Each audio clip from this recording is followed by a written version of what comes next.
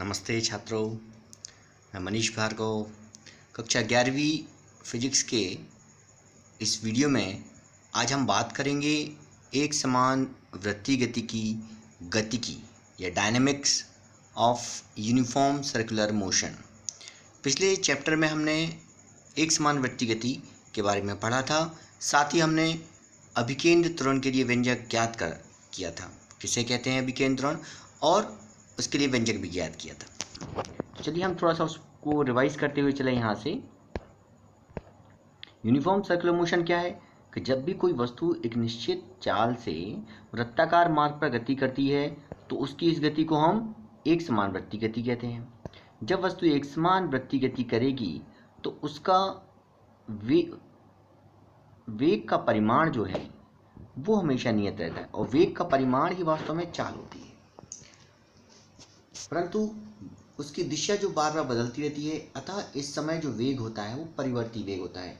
जब परिवर्ती वेग होगा तो निश्चित रूप से उसमें त्वरण उत्पन्न होगा। त्वरण का परिमाण भी नियत होता है, परंतु दिशा बार बार बदलने से जो त्वरण होता है, इस त्वरण की दिशा जो है वो लगातार परिवर्तित होती रहती है, और इस त्वरण की जो दिशा होती है वो हमेशा केंद्र की ओर होती है। जो वृत्तीय मार्ग है उस वृत्तीय मार्ग के केंद्र की ओर होती है, जिसे हम अभिकेंद्र त्वरण कहते हैं। तो हमने अभिकेंद्र त्वरण की परिभाषा में पढ़ा था कि जब कोई वस्तु वृत्ताकार मार्ग पर गति करती है तो इस स्थिति में उस वस्तु पर वृत्त के मार्ग के केंद्र की ओर एक त्वरण काम करता है, उसे ही हम अभिकेंद्र त्वरण कहते हैं। यदि कोई वस्तु r त्रिज्या वाले वृत्तीय मार्ग पर एक समान कोणीय वेग ओमेगा से गति करती है, उसका रेखीय वेग v है और इस समय उसमें उत्पन्न त्वरण a हो, तो अभिकेंद्र त्वरण के लिए व्यंजक हमने ज्ञात किए थे। a = v² r, a = ω² r और a = v × ω। ये तीनों अभिकेंद्र त्वरण के लिए व्यंजक हैं। और यदि परिक्रमण काल T और आवृत्ति न्यू हो तो इसके पदों में हमने त्वरण ज्ञात किया था, इनके टर्म में a = 4π² ν² r। अब हम अभिकेंद्र त्वरण जब काम कर रहा है तो निश्चित रूप से वहाँ पे एक और बल की गणना हम करते हैं, जिसका नाम है अभिकेंद्र बल, सेंट्रीपिटल फोर्स। कि जब कोई वस्तु एक समान चाल से वृत्तीय गति करती है तो उस पर केंद्र की ओर एक त्वरण काम करता है, जिसे अभिकेंद्र त्वरण कहते हैं। और न्यूटन की जो गति के नियम से जो त्वरण उत्पन्न होता है वो त्वरण सदैव बल से ही उत्पन्न होता है। तो इस स्थिति में जो वृत्तीय मार्ग के वृत्तीय गति करने वाले कण पर या वस्तु पर सदैव उसके केंद्र की ओर या केंद्र की दिशा में एक बल काम करता है, जिसे हम अभिकेंद्रित बल कहते हैं। कोई वस्तु वृत्ताकार मार्ग पर गति कर रही है तो उस पर अभिकेंद्र बल अवश्य काम करेगा। तो अभिकेंद्र बल वह बल है जो किसी भी कण को, किसी भी वस्तु को वृत्ताकार मार्ग पर चला सकता है। इस बल की दिशा हमेशा केंद्र की ओर होती है। तो यदि हम मान लें कि वस्तु का द्रव्यमान m है और वस्तु एक समान चाल v से r त्रिज्या के वृत्तीय मार्ग पर गति कर रही है, तो उसका अभिकेंद्र त्वरण जो होगा a = v² r। इसलिए वस्तु पर कार्य करने वाला अभिकेंद्र बल जो होगा, अभिकेंद्र बल बराबर द्रव्यमान गुणा अभिकेंद्र त्वरण। तो F हो जाएगा m × v² r, तो F = mv² r। ये अभिकेंद्र बल के लिए व्यंजक है। यदि हम a = ω² r रख दें या a = v ω रख दें तो अभिकेंद्र बल के दो अलग अलग सूत्र मिल जाएंगे, m ω² r या mv ω। अब एक हम न्यूमेरिकल भी देख लेते हैं इसमें कि 5 किलोग्राम द्रव्यमान की एक वस्तु जो है 4 मीटर रेडियस के वृत्तीय मार्ग पर 120 मीटर प्रति मिनट की एक समान चाल से वृत्तीय गति कर रही है। हमें अभिकेंद्र त्वरण और अभिकेंद्र बल की गणना करनी है। तो हम जानते हैं कि m = यहाँ पे हमें दिया हुआ है 5 किलोग्राम, r = 4 मीटर और v = 120 मीटर पर मिनट। तो हम उसको मीटर पर सेकंड में कन्वर्ट करें तो 120/60 = 2 मीटर पर सेकेंड। तो अभिकेंद्र त्वरण a = v² r हो जाएगा, तो उससे 1 मीटर पर सेकेंड स्क्वायर मिल गया। और अभिकेंद्र बल mv² r, तो 5 into 1 is equal to 5 newton. अब हम अभिकेंद्र बल का महत्व देते हैं।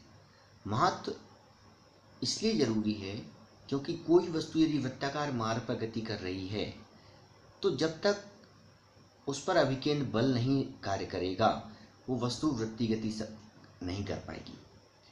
यदि हम वृत्ताकार मार्ग पर गति करती हुई वस्तु पर से अभिकेंद्र बल हटा लें तो वस्तु जो है स्पर्श रेखी वृत्तीय मार्ग की स्पर्श रेखा की दिशा में दूर चली जाती है और वह वृत्ताकार मार्ग पर गति नहीं कर पाती है।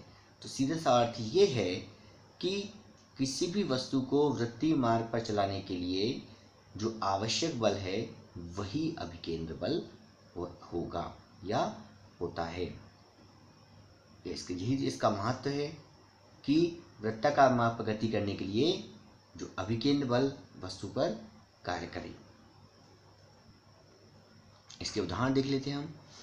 यदि हम एक रस्सी को के एक सिरे को हम पत्थर के टुकड़े से बांध दें और रस्सी के दूसरे सिरे को हम हाथ पर पकड़कर पत्थर को रस्सी को इस प्रकार घुमाएं कि पत्थर वृत्ताकार मार्ग पर घूमे। अब यदि रस्सी टूटती है या रस्सी हमारे हाथ से छूटती है तो इस स्थिति में अभिकेंद्र बल का मान 0 हो जाएगा और जो पत्थर है वो स्पर्श रेखी दिशा में गति करते हुए कहीं दूर जाए गिरता है। यहाँ पे क्षेत्र को देखें, हम यहाँ पर वृत्ताकार मार्ग पत्थर गति करा रहे हैं और v वेग से गति कर रहा है। F बल अभिकेंद्र बल अंदर की ओर काम कर रहा है। जैसे ही हाथ से रस्सी छूटती है ये स्पर्श रेखी दिशा में पत्थर गति करते हुए चला जाता है क्योंकि यहाँ पर अभिकेंद्र बल का मान 0 हो जाता है।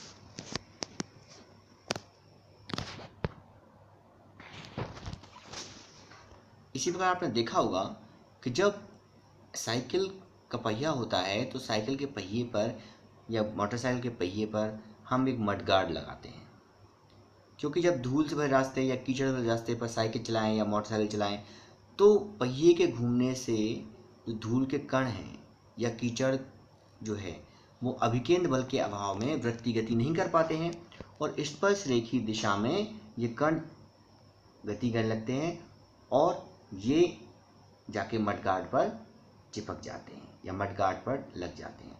यदि मडगार्ड नहीं लगाएंगे तो जो कीचड़ है या धूल है वो हमारे ऊपर आके गिरेगा।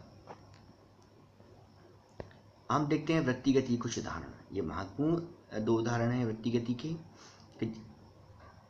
समतल वृत्तीय सड़क पर कार की गति। Motion of a car on a level circular road. यदि एक सर्कुलर रोड है जो समतल है तो इस स्थिति में कार की गति कितनी होना चाहिए, अधिकतम गति कितनी हो, इसके लिए भी हम यहाँ व्यंजक ज्ञात करेंगे। जब कोई कार है समतल वृत्तीय मार्ग पर मुड़ती है तो कार के जो टायर हैं वो फिसलकर वृत्तीय मार्ग के केंद्र से दूर जाना चाहते हैं अर्थात सड़क से बाहर निकलना चाहते हैं। अतः टायर और सड़क के बीच जो वृत्तीय सड़क के केंद्र की ओर एक घर्षण बल कार्य करने लगता है।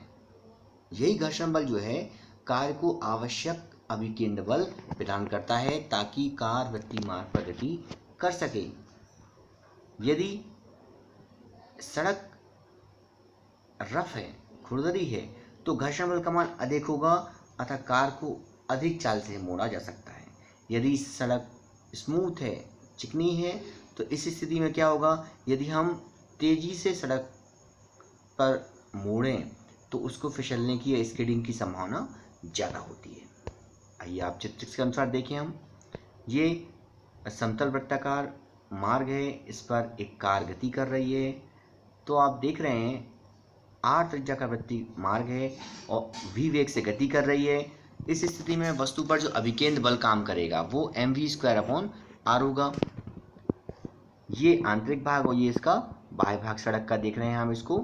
अब हम इसके लिए व्यंजक ज्ञात करें कि जो कार है वो बिना फिसले हुए या कितनी अधिकतम चाल से वो गति कर सकती है। हमने ये मान लिया कि कार का द्रव्यमान m है और v चाल से r त्रिज्या वाले समतल वृत्तीय सड़क पर गतिमान है। इस स्थिति में कार पर निम्न बल काम करेंगे। नंबर 1, कार का भार mg ऊर्ध्वाधर नीचे की ओर और अभिलंब प्रतिक्रिया r ऊर्ध्वाधर ऊपर की ओर। साथ ही केंद्र की ओर एक घर्षण बल F काम करेगा जो उसको आवश्यक अभिकेंद्र बल mv²/r प्रदान करेगा। अर्थात R mg से संतुलित होगा और F mv²/r के बराबर होगा। तो कार का भार mg ऊर्ध्वाधर नीचे की ओर, सड़क की अभिलंब प्रतिक्रिया R ऊपर की ओर, घर्षण बल F वृत्तीय सड़क के केंद्र की ओर। जो कार का भार mg अभिलंब प्रतिक्रिया R से संतुलित हो जाता है तो R = mg हो जाएगा, परंतु F = μr, ये हमने घर्षण गुणांक पढ़ा हुआ है। घर्षण गुणांक अभिलंब प्रतिक्रिया और बल में, घर्षण बल में संबंध जो है F = μr होता है, तो F = μmg हो जाएगा। घर्षण बल F कार को वृत्तीय गति के लिए आवश्यक अभिकेंद्र बल F प्रदान करता है और जिसका मान होता है mv²/r। तो यदि कार बिना फिसले हुए सड़क को पार करना चाहे तो इसके लिए आवश्यक है कि जो अभिकेंद्र बल है वो घर्षण बल के बराबर हो या फिर उससे अधिक हो। तो इस स्थिति में स्मॉल f जो है घर्षण बल बड़ा है बराबर कैपिटल F हो जाएगा, या कैपिटल F छोटा है बराबर स्मॉल f हो जाएगा। यह mv²/r छोटा है बराबर μmg। यहाँ से हम v² निकालें तो v² = हो जाएगा v²r μrg, और क्योंकि m से m दोनों कैंसिल हो जाएगा, या v √μrg। तो इस प्रकार कार की जो अधिकतम चाल है v मैक्सिमम वो होना चाहिए μrg √ में। अर्थात यदि कार बिना फिसले हुए सुरक्षित रूप से वृत्ताकार मार्ग पर गति करना चाहे, समतल वृत्ताकार मार्ग पर गति करना चाहे, तो उसकी अधिकतम गति के लिए जो व्यंजक होगा v मैक्सिमम = √μrg होगा। इसी चाल से, इसी वेग से कार सुरक्षित रूप से वृत्तीय मोड़ को पार कर सकती है। यदि कार को अधिक वेग से कार चलाना है और मोड़ पर मुड़ना है तो इस स्थिति में क्या होगा, अभिकेंद्र बल प्राप्त करने के लिए घर्षण बल पर्याप्त नहीं मिल पाएगा, जिससे कार फिसल जाएगी। आपने देखा होगा कि बरसात के दिनों में वाहन फिसल जाते हैं। क्यों? उस समय क्या होता है, सड़क के गीली होने के कारण जो म्यू का मान कम हो जाता है। म्यू का मान कम होने से वी मैक्स का मान भी कम हो जाएगा, मतलब अधिकतम वेग है उसका मान भी कम हो जाएगा। इसलिए गीली वृत्तीय सड़क को पार करते समय वेग को कम से कम करना चाहिए, अन्यथा फिसलने का भय रहता है। अब यदि फिसलने का भय रहे तो इसका क्या उपाय है? इसका उपाय है सड़क को बंकित बनाना। बंकित अर्थात सड़क को केंद्र की ओर झुका के रखना और बाहरी तरफ थोड़ा सा ऊपर उठा के रखना, उसे हम बंकित सड़क कहते हैं या बैंक्ड रोड कहते हैं। क्योंकि हमने देखा है कि वृत्तीय मार्ग पर, यदि वृत्तीय समतल मार्ग पर कोई कार गति कर रही है तो उसकी चाल जो है घर्षण गुणांक पर निर्भर करती है। यदि अधिक चाल से कार सड़क को पार करना चाहे तो इसका अर्थ ये है कि टायर और सड़क के बीच घर्षण अधिक होना चाहिए। अगर घर्षण अधिक होगा तो टायर जल्दी खराब हो जाएंगे। अब इस स्थिति से निपटने के लिए हम सड़क को थोड़ा सा ढलान देकर बनाते हैं। जो सड़क का बाहरी भाग होता है अंदर भाग की अपेक्षा थोड़ा सा उठा हुआ देते हैं। इस सड़क को हम क्या कहते हैं? बंकित सड़क कहते हैं। अब वहाँ पर दो स्थितियाँ हैं, जब घर्षण बल उपस्थित हो और जब घर्षण बल अनुपस्थित हो। तो पहली स्थिति की बात कर रहे हैं जब घर्षण बल उपस्थित हो। मान लीजिए सड़क के ढलान का कोण जो है थीटा तथा वृत्तीय सड़क की त्रिज्या r है। इस सड़क पर m द्रव्यमान का एक वाहन v चाल से गतिमान है, तब वाहन पर निम्नलिखित बल काम करेंगे। आप देख रहे हैं थोड़ा सा अंदर की ओर, केंद्र की ओर सड़क झुकी हुई है और बाहर की ओर सड़क थोड़ी में उठी हुई है। तो जब ये पूरी कार गति करेगी तो उस पर निम्नलिखित बल काम करेंगे। आप देख रहे हैं चित्र में, पहले भार mg ऊर्ध्वाधर नीचे की ओर, अभिलंब प्रतिक्रिया r, तल के लंबवत जो झुका हुआ मार्ग है उसके लंबवत ऊपर की ओर, फिर r को हमने उसके समकोणीय घटकों में विभाजित किया, r cos थीटा और r sin theta. r cos theta mg के ठीक विपरीत दिशा में और r sin थीटा mg के लंबवत केंद्र की ओर। और इस स्थिति में आप देख रहे हैं कि केंद्र की ओर एक घर्षण बल F भी काम करेगा। जो झुकाव है सड़क का उस दिशा में हमें पता है कि घर्षण बल हमेशा तल के समांतर काम करता है, इसलिए F जो है झुकाव की दिशा में ही गति करेगा, बल काम करेगा, घर्षण बल। इस F को भी हम दो घटकों में उसके रेक्टेंगुलर कंपोनेंट्स में विभाजित करते हैं। तो F cos थीटा केंद्र की ओर मिलेगा और F sin थीटा हमें mg की डायरेक्शन मिलेगा। साथ ही अभिकेंद्र बल भी केंद्र की ओर काम करेगा। तो इस प्रकार आप डायग्राम से हमें पता चल रहा है कि नीचे की ओर दो बल काम कर रहे हैं, mg और F sin थीटा।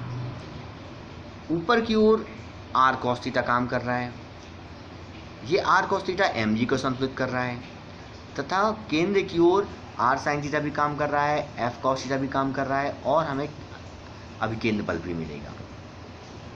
तो आइए हम इसको देखते हैं। वाहन का भार mg ऊर्ध्वाधर नीचे की ओर, r अभिलंब प्रतिक्रिया ढलान के लंबवत ऊपर की ओर, घर्षण बल f ढलान के लंबवत नीचे की ओर।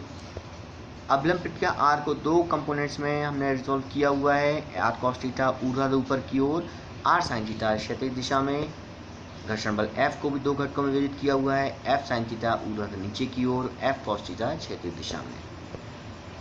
अब हम देख रहे हैं कि क्षैतिज घटक r sin theta F cos theta सम्मिलित रूप से वृत्तीय गति करने के लिए आवश्यक अभिकेंद्र बल प्रदान करते हैं, इसलिए r sin theta plus F cos theta equal to जाएगा mv²/r। ऊर्ध्वाधर घटक एक दूसरे संतुलित करते हैं, तो mg plus F sin theta ये नीचे की ओर काम कर रहा है, इनके अपोजिट कौन सा है, r cos थीटा, तो वो उसके बराबर होगा, या r cos theta minus F sin theta equal to जाएगा mg, इक्वेशन नंबर 2। अब हम समीकरण 1 को 2 से डिवाइड करेंगे, इक्वेशन 1 को हम 2 से डिवाइड करेंगे। r sin theta plus F cos theta, r cos theta minus F sin theta equal to v²/rg। हम इसको 10 में कन्वर्ट करना चाह रहे हैं, तो ऊपर नीचे हम cos थीटा डिवाइड करते हैं लेफ्ट हैंड साइड में, तो हमें मिल जाएगा r sin theta upon cos theta plus F नीचे r minus F sin theta upon cos theta equal to v²/rg। Sine upon cos 10 के बराबर होगा, तो r tan theta equal plus F upon r minus F tan theta v²/rg। अब r से और हम divide कर दें, चूँकि F इज इक्वल टू होता है mu r, F is equal to mu r, तो F की या तो आप वैल्यू रख दें म्यू r, जहाँ जहाँ F लिखा है वहाँ म्यू r रख दें और फिर r को कॉमन ले लें, तो r tan theta plus mu r minus mu r tan theta equal to v²/rg। ऊपर से r नीचे से r कॉमन हो जाएगा। अब हम v² की वैल्यू निकालेंगे, तो v² इक्वल टू जाएगा rg ब्रैकेट में mu plus tan theta upon 1 minus mu tan theta, या अंडर रूट लगाएंगे तो v के बराबर आ जाएगा अंडर रूट में पूरी क्वांटिटी राइट हैंड साइड की आ जाएगी। ये उस चाल के लिए व्यंजक है जबकि कोई कार जो है बंकित सड़क पर बैंक्ड रोड पर गति कर रही है। अब हम चाहते हैं, यहाँ देख पा रहे हैं कि जो वाहन का वेग उसके द्रव्यमान पर निर्भर नहीं कर रहा है, इस पर डिपेंड नहीं कर रहा है कि वाहन भारी है कि हल्का वाहन है, इससे फर्क पड़ रहा है। अब यदि टायर और ज़मीन के मध्य घर्षण न्यूनतम हो, यदि घर्षण नहीं है, ये न्यूनतम है, तो म्यू बराबर 0 मान लेंगे। म्यू बराबर 0 मान लेंगे तो हमें मिलेगा v इक्वल टू rg, ऊपर tan थीटा मिलेगा, नीचे सब खत्म हो जाएगा, तो v equal to under root rg tan theta. तो किसी भी बंकित सड़क पर या किसी ढाल वाली सड़क पर सबसे उपयुक्त चाल यही है, जबकि टायरों को जो क्षति है वो न्यूनतम होगी। अब हम देखते हैं कि बंकित सड़क के लाभ क्या हैं। पहला लाभ जो है कि वाहन फिसलने से बच जाते हैं। दूसरा जो है टायरों को न्यूनतम नुकसान पहुंचता है। तीसरा लाभ है वाहन समतल वृत्तीय सड़क की तुलना में अधिक चाल से गति कर सकते हैं। अब दूसरी कंडीशन बची थी हमारे पास कि जब घर्षण बल अनुपस्थित हो। जब घर्षण बल अनुपस्थित हो, मान लो सड़क की ढलान का कोण थीटा है, वृत्तीय मार्ग की त्रिज्या r है, m द्रव्यमान का वाहन है, v वेग से गतिमान है, तो अब यहाँ पर घर्षण बल नहीं है, तो जो F आ रहा था वो हट जाएगा। बाकी कार का भार ऊर्ध्वाधर नीचे की ओर mg और अभिलंबित किया r, तल के लंबवत ऊपर की ओर। r को हम दो घटकों में विभाजित करेंगे, r cos थीटा और r sin थीटा। तो r cos थीटा mg को बैलेंस करेगा और r sin थीटा से अभिकेंद्र बल प्राप्त होगा। वाहन का भार नीचे की ओर, r लंबवत की ऊपर की ओर। r को दो घटकों में विभाजित किया, r cos थीटा ऊपर दिशा में, r sin थीटा क्षैतिज दिशा में। r cos थीटा वाहन के भार को संतुलित कर रहा है, तो r cos theta equal to mg हो जाएगा। r sin थीटा केंद्र की ओर काम कर रहा है, तो ये आवश्यक अभिकेंद्र बल प्रदान करेगा, तो r sin theta equal to mv square upon r। Equation 2 में 1 से डिवाइड कर दें तो tan theta equal to v square upon rg, v equal to under root rg tan theta. तो हमें इस समीकरण से भी स्पष्ट है कि जो वाहन की चाल जो है वो द्रव्यमान पर निर्भर नहीं कर रही है। यह चाल जो समीकरण 4 में हमें इक्वेशन प्राप्त हुआ है, समीकरण प्राप्त हुआ है, तो यह जो चाल है किसी निश्चित ढाल वाले मोड़ पर सभी वाहनों के लिए एक समान होगी। मोड़ पर इस चाल से चलने पर हमें घर्षण बल की आवश्यकता नहीं होगी।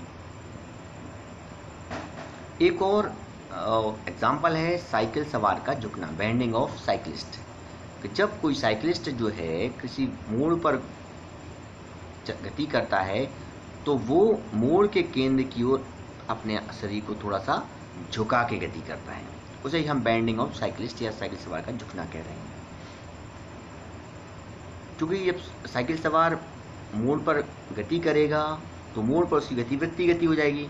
वृत्तीय गति के लिए अभिकेंद्र बल की आवश्यकता होगी, तो इसलिए इस अभिकेंद्र बल को प्राप्त करने के लिए वो केंद्र की ओर थोड़ा सा झुक जाता है ताकि वृत्तीय गति करने के लिए आवश्यक अभिकेंद्र बल प्राप्त हो सके।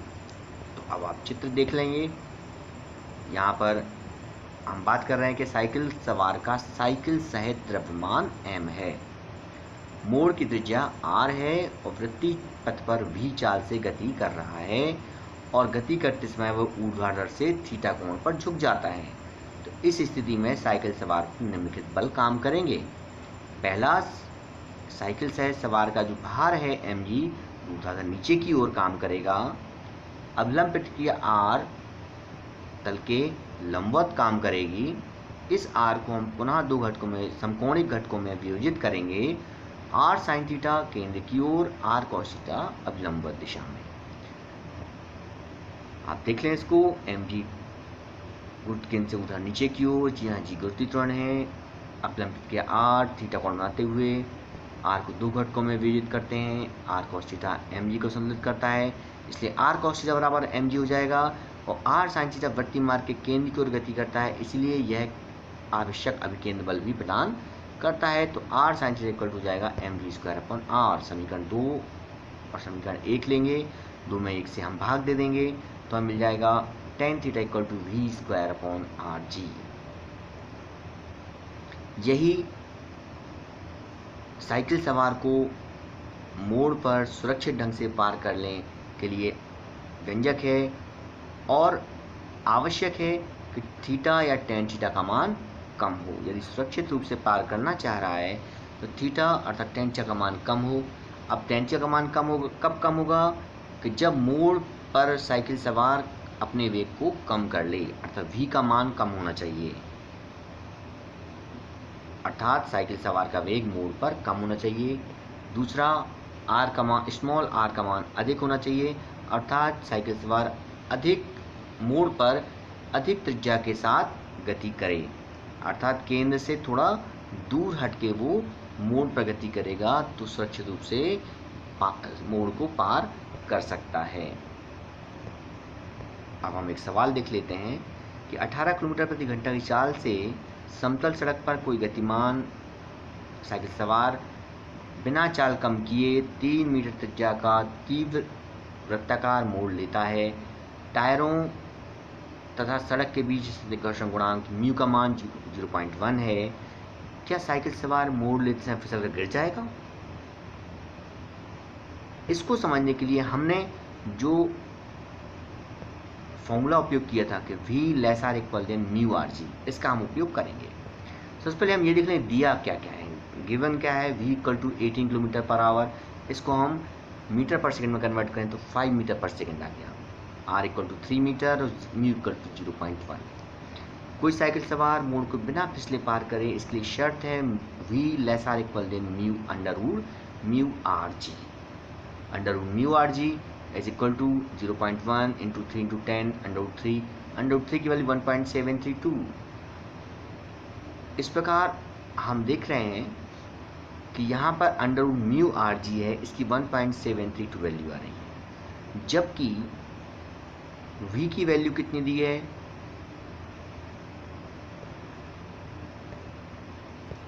जबकि v यहाँ पे हमें पता पड़ रहा है कि जो v की वैल्यू कितनी है 5 मीटर पर सेकेंड, अर्थात 5 जो है under root mu r g से छोटा होना चाहिए, पर यहाँ ऐसा नहीं हो रहा है, 5 ज़्यादा है, अर्थात v less or equal than under root mu r g का यहाँ पे पालन नहीं हो रहा है, इसलिए साइकिल सवार फिसल कर गिर जाएगा।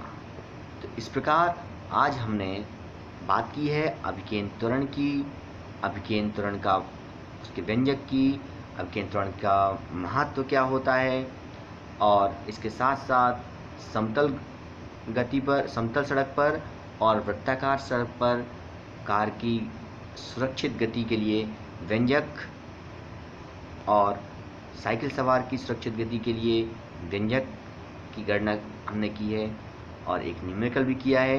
तो आशा है आपको ये वीडियो अवश्य पसंद आया होगा और जो आप इससे जो महत्वपूर्ण प्रश्न है उनको तैयारी करने में आपको आसानी होगी। अगले वीडियो में हम अगले टॉपिक के साथ फिर मिलेंगे, तब तक के लिए नमस्कार।